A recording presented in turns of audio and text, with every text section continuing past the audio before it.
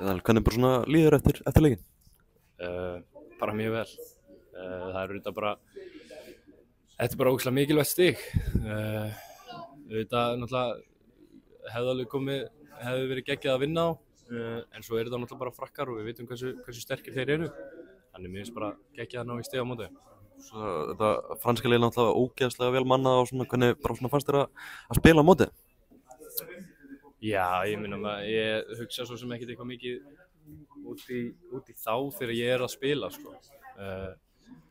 Maður fer bara út og er bara að reyna að spila sinn leik og gera sitt besta, sko. Svona, ferðu út af í hálfleik, varstu eitthvað tæpur?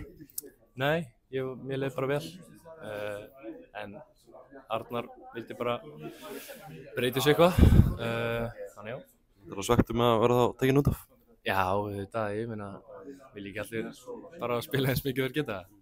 Var erfiðara að horfa leikinn utanfrá heldur en að vera inn á? Já, það er bara miklu erfiðara, finnst mér. Það er einhvern veginn, já, bara horfa frá þetta, þú veist, horfa á leikinn bara á bekknum, það er ekki það besta sem að þú getur gert.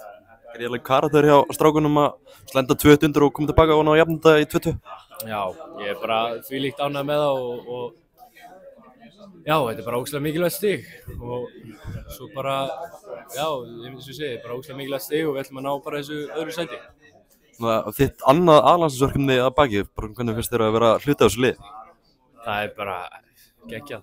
Það er bara alltaf jafn mikill heiður og bara svona stoltur af mér að vera hérna, sko. Það hefur verið draumur lengi að spila fyrir framan fullan Laugardalsvöll. Já, auðvitað. Það var bara geggjað. Var ekki bara svona mikil upplifun þetta, full stúka og mikil læti og svona? Jú, maður einhvern veginn þegar maður var að labba þarna út á völlinn og sá síðan stúkuna, maður fekk bara gæsahúð og bara halda þessu áfram.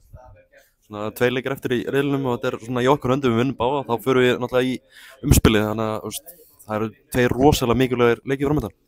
Já, þeir eru bara gríðarlega mikilvægir og við ætlum að vinna þessa báða leiki. Það er bara eina í stöðunni. Takk fyrir þetta, Daniel.